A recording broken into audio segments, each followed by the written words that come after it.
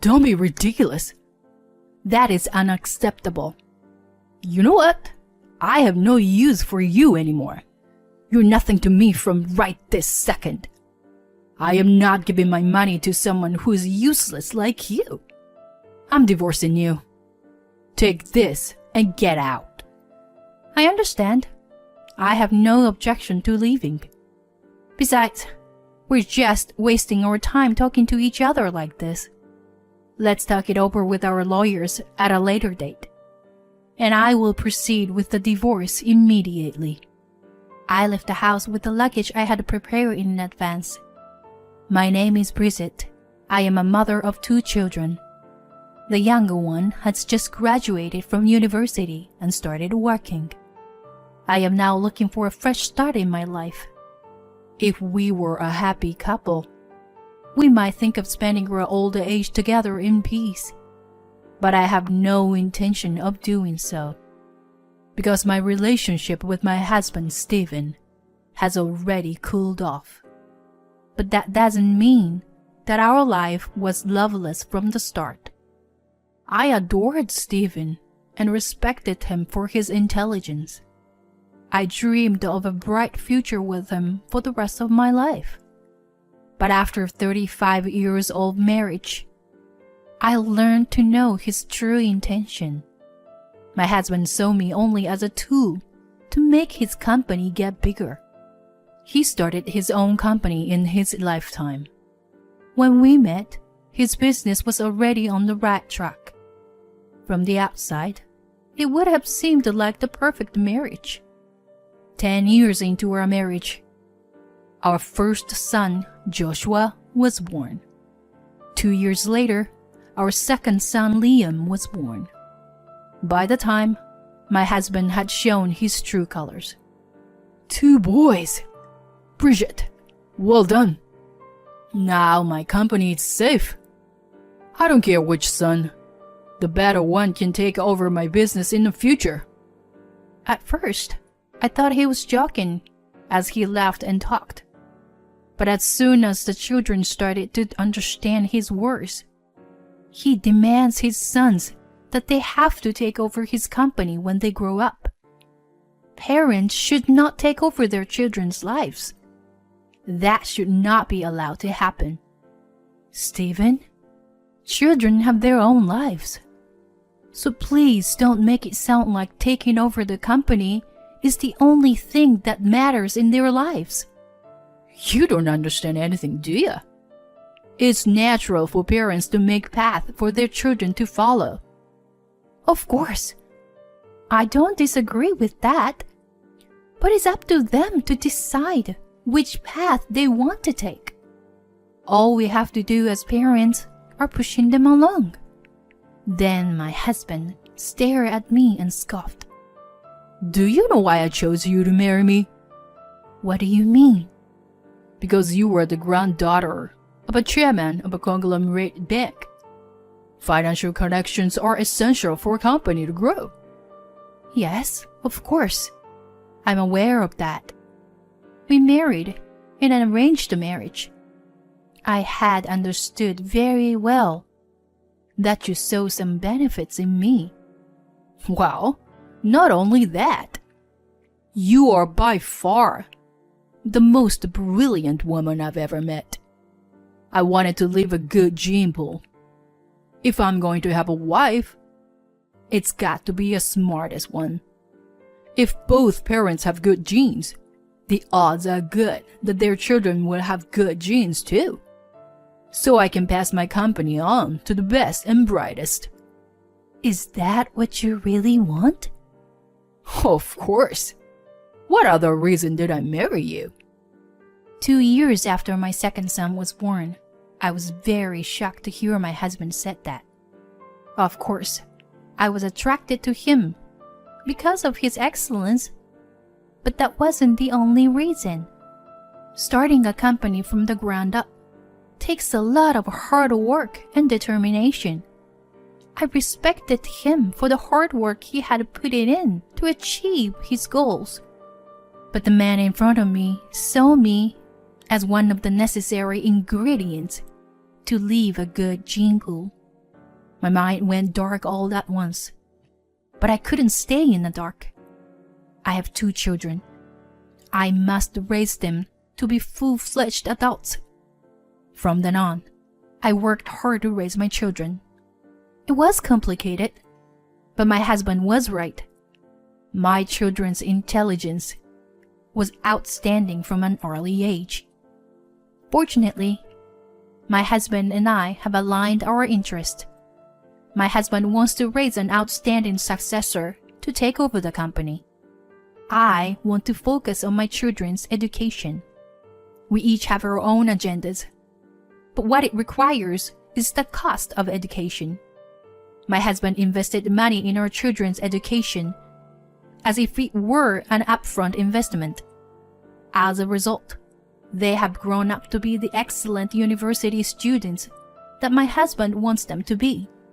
Mom, will I work for my father's company when I grow up? My oldest son, who was in the early grades of elementary school at the time, once asked me such a question. Joshua, it is your life. Mommy wants you to do what you want to do when you grow up. As long as you can live without causing trouble for others, I would be happy with any work you want to do. Your life is yours. Remember that. Okay, honey? Okay. Then, Mommy, I can tell you my secret. I want to be... My eldest son has had a dream since he was a little boy, but he never talked about them in front of my husband. He was a smart boy, so I guess he knew his father would disapprove. And so, he fulfilled his dream. He passed the bar exam and became a lawyer after graduating from university. In fact, I used to stand on court as a lawyer myself. From an early age, my eldest son was interested in my work. He is now very busy, having set up his firm with a classmate. My husband at the time was furious with me and Joshua. You never told me you were going to be a lawyer. Why didn't you join my company? Did you have any idea how much I've spent on you? Quit the damn firm and join my company. My husband was very upset. He just paid the money and left me to take care of our children's education and upbringings. He was so entrenched in his mindset that his children should be in his company. It's no wonder my husband can't understand what they want, because he never interacts with them. Father, are you sure you want me to stop being a lawyer? If I can make a good record as a lawyer, there will come a time in future when I can help your company, won't they? Besides, you are paying a lot of money for legal counsel now. Even if I eventually join your company, I think it's better for me to be a strong lawyer now, so I can contribute in the future. My husband's eyes lit up at this statement. However, my son has no intention of joining my husband's company. My husband seemed to look forward to his eldest son's joining the company, and he backed down easily at this time. I'm sure he was thinking of the benefits in the future. But there is another more important reason. This is the existence of our second son, Liam. He, too, has a different direction of excellence than his older brother. My husband thought that Liam, who would graduate from university in 2 years, would be in good hands if we joined the company. Because of his eldest son, my husband reminded his second son to make sure he would join his company. He was relieved when Liam said he understood. My second son, Liam, was a child with a strong personality. Even when he entered kindergarten, he did not join in the circle of other kids and did what he liked. But that doesn't mean he's uncooperative. He only spends his free time during recess. In class, he was always in harmony with his peers. Liam, honey? What are you doing? When I picked him up from kindergarten, I found my second son on the playground. He was standing still with his forehead against a tree. Mom, I'm a tree now. That's why I don't understand human language.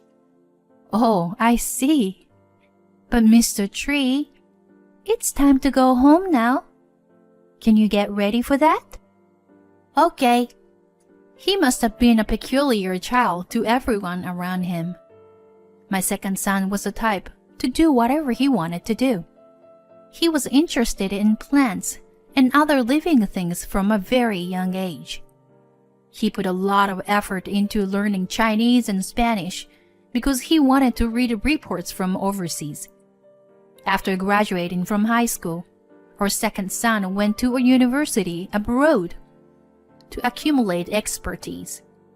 My husband was happy to see him.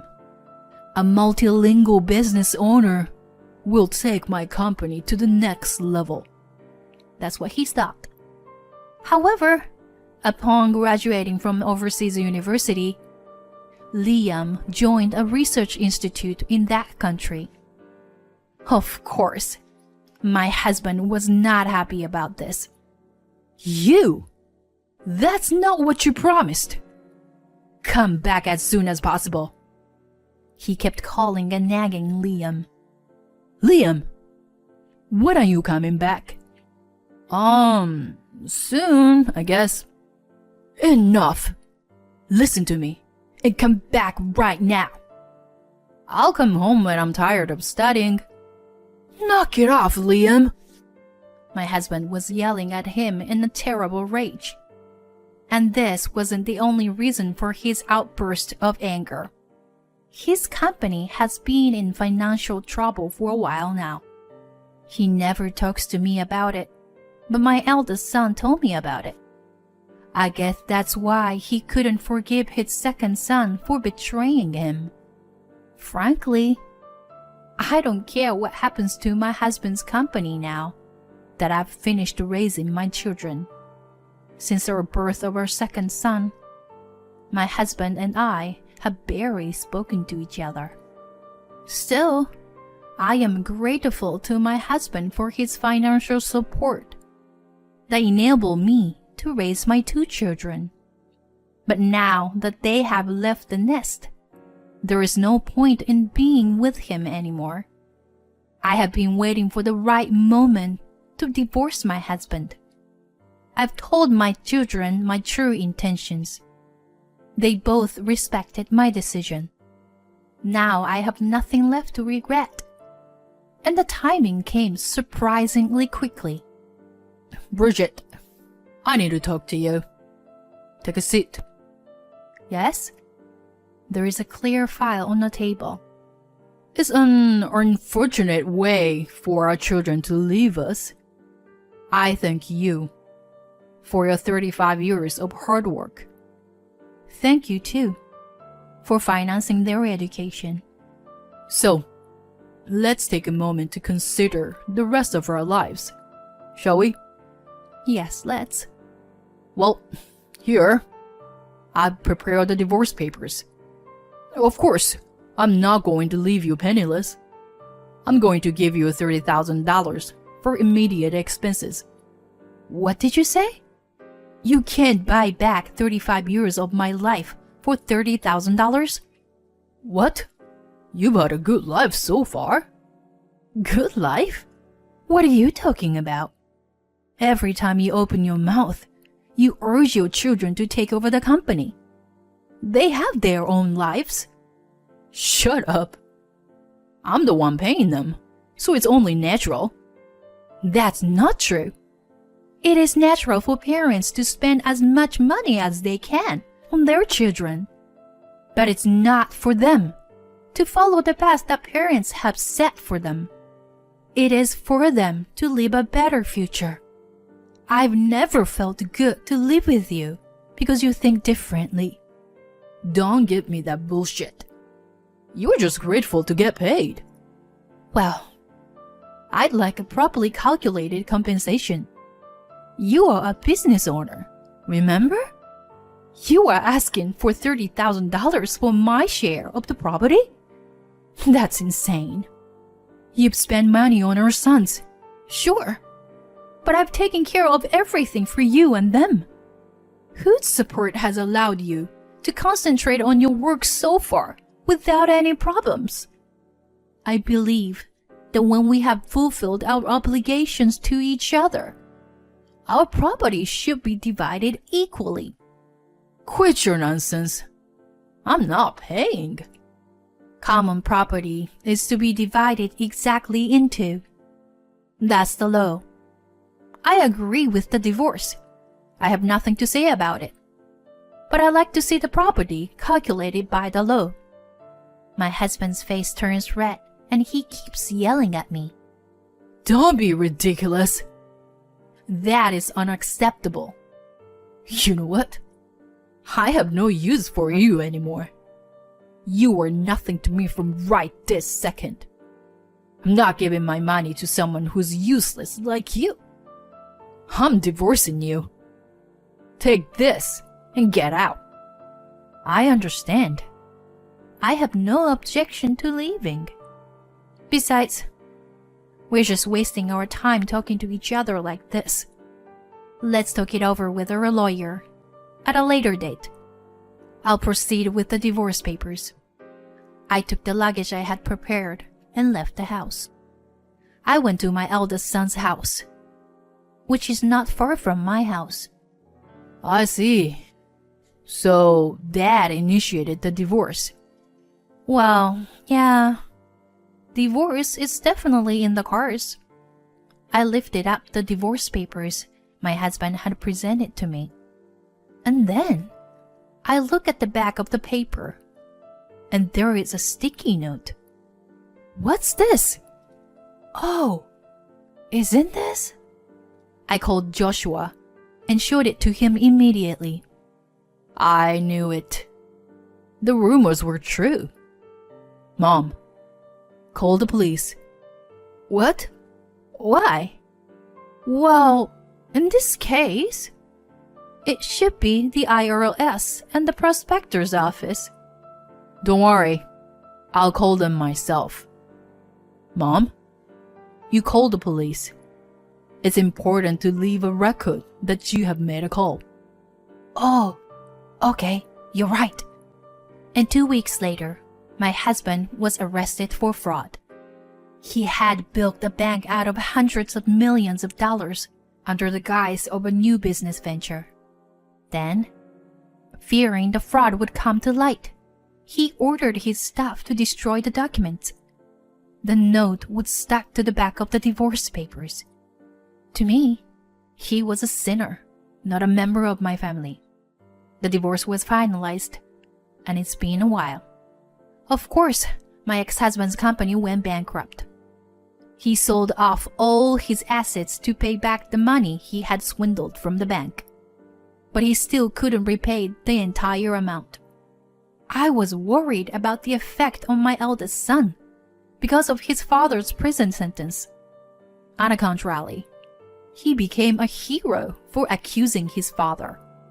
As for me, I was not paid my share from the penniless convicts. To be honest, it was too big a deal for me to even think about it. My first and foremost priority was to refund the money to the fraud victims. I am not in the courtroom anymore, but I am helping my eldest son's firm as an advisor. I'm very grateful to be able to work again. 3 years later, my ex-husband was released from prison. My children reached out to him without hesitation.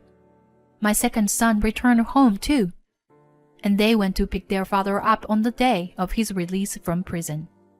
They said their father said, "Thank you." The sons offered assistance to the ex-husband, which he apparently turned down. I am grateful to him for showing his fatherly spirit at the end. I hear he's now working to pay off his debts in his old age. My ex-husband's life and mine will never intersect. I hope this incident will give him a chance to rethink his life. I received a letter from him once through my eldest son, but I pushed it back without reading it. My eldest son said I should read it, as if he knew what it said, but I refused. Both my sons have grown up to be really honest, decent men, so I understand that my eldest son handed the letter to me out of the kindness of his heart. I'm sure what's inside the letter was an apology for our marriage, but I won't allow it. My ex-husband will be comforted by the fact that he has apologized. I'm not going to make it that easy for him. This is my little revenge. It's a small price to pay for 35 years of my life. I hope to live the rest of my life cleanly and righteously. Thank you for watching till the end. Please subscribe to our channel if you like. See you in the next video.